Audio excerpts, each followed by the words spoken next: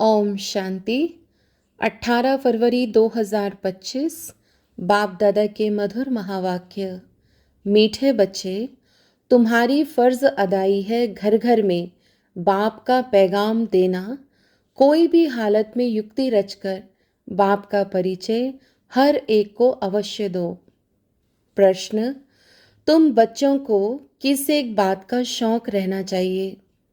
उत्तर, जो नई नई पॉइंट्स निकलती हैं उनको अपने पास नोट करने का शौक रहना चाहिए, क्योंकि इतनी सब पॉइंट्स याद रहना मुश्किल है। नोट्स लेकर फिर कोई को समझाना है, ऐसे भी नहीं कि लिखकर फिर कॉपी पड़ी रहे। जो बच्चे अच्छी रीति समझते हैं उन्हें नोट्स लेने का बहुत शौक रहता है। गीत लाख जमाने वाले। ओम शांति। मीठे मीठे रूहानी बच्चों ने गीत सुना। रूहानी बच्चे यह अक्षर एक बाप ही कह सकते हैं। रूहानी बाप बिगर कभी कोई किसको रूहानी बच्चे कह नहीं सकते। बच्चे जानते हैं सब रूहों का एक ही बाप है, हम सब भाई भाई हैं। गाते भी हैं ब्रदरहुड, फिर भी माया की प्रवेशता ऐसी है जो परमात्मा को सर्वव्यापी कह देते हैं तो फादरहुड हो पड़ता है। रावण राज्य पुरानी दुनिया में ही होता है, नई दुनिया में राम राज्य अथवा ईश्वरी राज्य कहा जाता है। यह समझने की बातें हैं। दो राज्य जरूर है, ईश्वरी राज्य और आसुरी राज्य। नई दुनिया और पुरानी दुनिया। नई दुनिया जरूर बाप ही रचते होंगे। इस दुनिया में मनुष्य नई दुनिया और पुरानी दुनिया को भी नहीं समझते हैं, गोया कुछ नहीं जानते हैं। तुम भी कुछ नहीं जानते थे, बेसमझ थे। नई सुख की दुनिया कौन स्थापन करता है? फिर पुरानी दुनिया में दुख क्यों होता है? स्वर्ग से नर्क कैसे बनता है? यह किसको भी पता नहीं है। इन बातों को तो मनुष्य ही जानेंगे ना। देवताओं के चित्र भी हैं तो जरूर आदि सनातन देवी देवताओं का राज्य था। इस समय नहीं है, यह है प्रजा का प्रजा पर राज्य। बाप भारत में ही आते हैं। मनुष्यों को यह पता नहीं है कि शिव बाबा भारत में आकर क्या करते हैं। अपने धर्म को ही भूल गए हैं। तुमको अब परिचय देना है त्रिमूर्ति और शिव बाप का। ब्रह्मा देवता, विष्णु देवता, शंकर देवता कहा जाता है। फिर कहते हैं शिव परमात्माय नमः। तो तुम बच्चों को त्रिमूर्ति शिव का ही परिचय देना है। ऐसी ऐसी सर्विस करनी है। कोई भी हालत में बाप का परिचय सबको मिले तो बाप से वर्षा ले लेवे। तुम जानते हो हम अभी वर्षा ले रहे हैं और भी बहुतों को वर्षा लेना है। हमारे ऊपर फर्ज अदाई है घर घर में बाप का पैगाम देने की। वास्तव में मैसेंजर एक बाप ही है। बाप अपना परिचय तुमको देते हैं, तुमको फिर औरों को बाप का परिचय देना है, बाप की नॉलेज देनी है। मुख्य है त्रिमूर्ति शिव। इनका ही कोर्ट ऑफ आर्म्स भी बनाया है। गवर्नमेंट इनका यथार्थ अर्थ नहीं समझती है। उसमें चक्र भी दिया है चरखे मिसल, और उसमें फिर लिखा है सत्यमेव जयते। इनका अर्थ तो निकलता नहीं, यह तो संस्कृत अक्षर है। अब बाप तो है ही ट्रुथ। वह जो समझाते हैं उससे तुम्हारी विजय होती है सारे विश्व पर। बाप कहते हैं मैं सच कहता हूँ, तुम इस पढ़ाई से सच सच नारायण बन सकते हो। वो लोग क्या क्या अर्थ निकालते हैं वह भी उनसे पूछना चाहिए। बाबा तो अनेक प्रकार से समझाते हैं। जहाँ जहाँ मेला लगता है वहाँ नदियों पर भी जाकर समझाओ। पतित पावन गंगा तो हो नहीं सकती। नदियाँ सागर से निकलती हैं, वह है पानी का सागर। उनसे पानी की नदियाँ निकलती हैं। ज्ञान सागर से ज्ञान की नदियाँ निकलेंगी। तुम माताओं में अब ज्ञान है।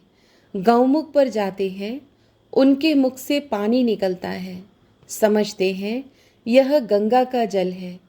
इतने पढ़े लिखे मनुष्य समझते नहीं कि यहाँ गंगा जल कहाँ से निकलेगा। शास्त्रों में है कि बाण मारा और गंगा निकल आई। अब यह तो है ज्ञान की बातें, ऐसे नहीं कि अर्जुन ने बाण मारा और गंगा निकल आई। कितना दूर दूर तीर्थों पर जाते हैं, कहते हैं शंकर की जटाओं से गंगा निकली, जिसमें स्नान करने से मनुष्य से परी बन जाते हैं, मनुष्य से देवता बन जाते, यह भी परी मिसल है ना। अब तुम बच्चों को बाप का ही परिचय देना है, इसलिए बाबा ने यह चित्र बनवाए हैं।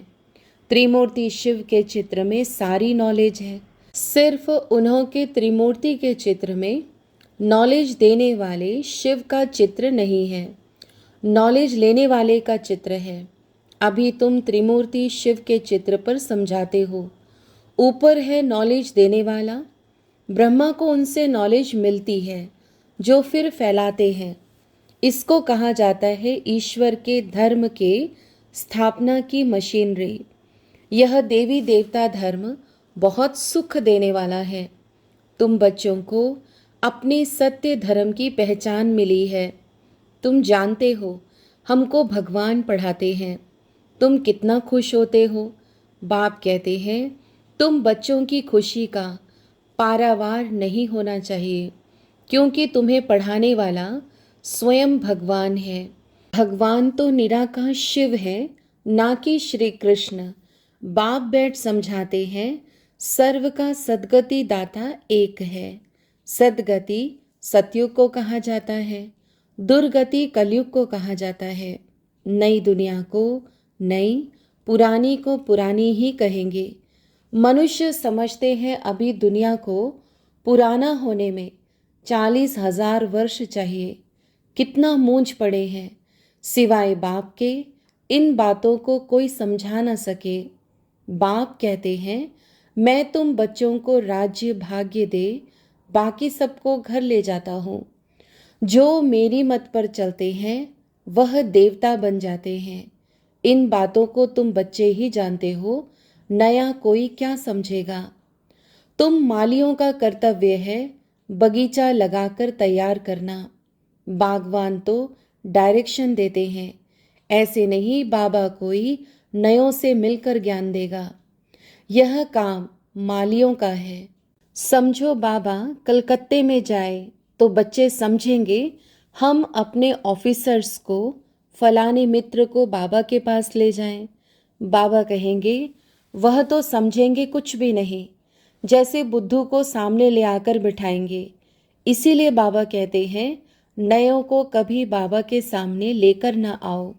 यह तो तुम मालियों का काम है, ना कि बागवान का। माली का काम है बगीचे को लगाना। बाप तो डायरेक्शन देते हैं ऐसे ऐसे करो, इसीलिए बाबा कभी नयों से मिलता नहीं है। परंतु कहाँ मेहमान होकर घर में आते हैं तो कहते हैं दर्शन करें। आप हमको क्यों नहीं मिलने देते हो।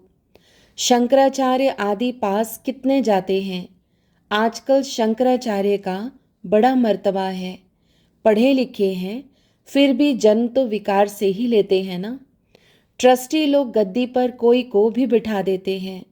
सबकी मत अपनी अपनी है। बाप खुद आकर बच्चों को अपना परिचय देते हैं कि मैं कल्प कल्प इस पुराने तन में आता हूँ। यह भी अपने जन्मों को नहीं जानते हैं। शास्त्रों में तो कल्प की आयु ही लाखों वर्ष लगा दी है। मनुष्य तो इतने जन्म ले नहीं सकते हैं, फिर जानवर आदि की भी योनियां मिलाकर 84 लाख बना दी है। मनुष्य तो जो सुनते हैं सब सत सत करते रहते हैं। शास्त्रों में तो सब है भक्ति मार्ग की बातें।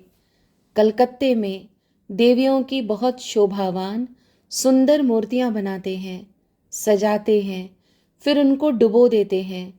यह भी गुड़ियों की पूजा करने वाले बेबीज ही ठहरे, बिल्कुल इनोसेंट। तुम जानते हो यह है नर्क। स्वर्ग में तो अथाह सुख थे। अभी भी कोई मरता है तो कहते हैं फलाना स्वर्ग पधारा, तो जरूर कोई समय स्वर्ग था, अब नहीं है। नर्क के बाद फिर जरूर स्वर्ग आएगा। इन बातों को भी तुम जानते हो, मनुष्य तो रिंचक भी नहीं जानते, तो नया कोई बाबा के सामने बैठ क्या करेंगे। इसलिए माली चाहिए जो पूरी परवरिश करे। यहाँ तो माली भी ढेर के ढेर चाहिए। मेडिकल कॉलेज में कोई नया जाकर बैठे तो समझेगा कुछ भी नहीं, यह नॉलेज भी है नहीं। बाप कहते हैं मैं आया हूँ सबको पावन बनाने, मुझे याद करो तो पावन बन जाएंगे। इस समय सब है तमो प्रधान आत्माएं, तब तो कह देते आत्मा सो परमात्मा, सब में परमात्मा है। तो बाप थोड़ी बैठ ऐसे से माथा मारेगा। यह तो तुम मालियों का काम है, कांटों को फूल बनाना। तुम जानते हो भक्ति है रात, ज्ञान है दिन। गाया भी जाता है ब्रह्मा का दिन, ब्रह्मा की रात। प्रजापिता ब्रह्मा के तो जरूर बच्चे भी होंगे ना। कोई को इतना भी अकल नहीं जो पूछे कि इतने ब्रह्मा कुमार कुमारियां हैं, इनका ब्रह्मा कौन है। अरे प्रजापिता ब्रह्मा तो मशहूर है, उन द्वारा ही ब्राह्मण धर्म स्थापन होता है। कहते भी हैं ब्रह्मा देवताय नमः। बाप तुम बच्चों को ब्राह्मण बनाए फिर देवता बनाते हैं। जो नई नई पॉइंट्स निकलती हैं उनको अपने पास नोट करने का शौक बच्चों में रहना चाहिए। जो बच्चे अच्छी रीति समझते हैं उन्हें नोट्स लेने का बहुत शौक रहता है। नोट्स लेना अच्छा है क्योंकि इतनी सब पॉइंट्स याद रहना मुश्किल है। नोट्स लेकर फिर कोई को समझाना है, ऐसे नहीं कि लिख कर फिर कॉपी पड़ी रहे। नई नई पॉइंट्स मिलती रहती हैं तो पुरानी पॉइंट्स की कापियाँ पड़ी रहती हैं। स्कूल में भी पढ़ते जाएंगे, पहले दर्जे वाली किताब पड़ी रहती है। जब तुम समझाते हो तो पिछाड़ी में यह समझाओ कि मन मना भव। आपको और सृष्टि चक्र को याद करो। मुख्य बात है मामेकम याद करो। इसको ही योग अग्नि कहा जाता है। भगवान है ज्ञान का सागर, मनुष्य है शास्त्रों का सागर। बाप कोई शास्त्र नहीं सुनाते हैं, वह भी शास्त्र सुनाए तो बाकी भगवान और मनुष्य में फर्क क्या रहा। बाप कहते हैं इन भक्ति मार्ग के शास्त्रों का सार मैं तुमको समझाता हूँ। वह मुरली बजाने वाले सर्प को पकड़ते हैं तो उनके दांत निकाल देते हैं। बाप भी विष पिलाना तुमसे छुड़ा देते हैं, इसी विष से ही मनुष्य पतित बने हैं। बाप कहते हैं इनको छोड़ो, फिर भी छोड़ते नहीं हैं। बाप गोरा बनाते हैं फिर भी गिरकर काला मुंह कर देते हैं। बाप आए हैं तुम बच्चों को ज्ञान चिता पर बिठाने। ज्ञान चिता पर बैठने से तुम विश्व के मालिक जगत जीत बन जाते हो। अच्छा, मीठे मीठे सिके लदे बच्चों प्रति माता पिता बाप दादा का याद प्यार और गुड मॉर्निंग। रूहानी बाप की रूहानी बच्चों को नमस्ते। धारणा के लिए मुख्य सार। पहला, सदा खुशी रहे कि हम सत्य धर्म की स्थापना के निमित्त हैं। स्वयं भगवान हमें पढ़ाते हैं हमारा देवी देवता धर्म बहुत सुख देने वाला है। दूसरा, माली बन कांटों को फूल बनाने की सेवा करनी है। पूरी परवरिश कर फिर बाप के सामने लाना है, मेहनत करनी है। वरदान, पुरानी देह और दुनिया को भूलने वाले बाप दादा के दिल तख्त नशीन भव। संगम युगी श्रेष्ठ आत्माओं का स्थान है ही बाप दादा का दिल तख्त। ऐसा तख्त सारे कल्प में नहीं मिल सकता। विश्व के राज्य का व स्टेट के राज्य का तख्त तो मिलता रहेगा, लेकिन यह तख्त नहीं मिलेगा। यह इतना विशाल तख्त है जो चलो फिरो खाओ सोओ लेकिन सदा तख्त नशीन रह सकते हो। जो बच्चे सदा बाप दादा के दिल तख्त नशीन रहते हैं। वे इस पुरानी देह व देह की दुनिया से विस्मृत रहते हैं, इसे देखते हुए भी नहीं देखते। स्लोगन: हद के नाम मान शान के पीछे दौड़ लगाना, अर्थात परछाई के पीछे पड़ना। अव्यक्त इशारे: एकांत प्रिय बनो, एकता और एकाग्रता को अपनाओ। जैसे कोई भी नई इन्वेंशन अंडरग्राउंड जाने से कर सकते हैं, वैसे आप भी जितना अंडरग्राउंड अर्थात अंतर्मुखी रहेंगे, उतना नई नई इन्वेंशन व योजनाएं निकाल सकेंगे। अंडरग्राउंड रहने से एक तो वायुमंडल से बचाव हो जाएगा, दूसरा एकांत प्राप्त होने के कारण मनन शक्ति भी बढ़ेगी, तीसरा कोई भी माया के विघ्नों से सेफ्टी का साधन बन जाता है। अच्छा, ओम शांति।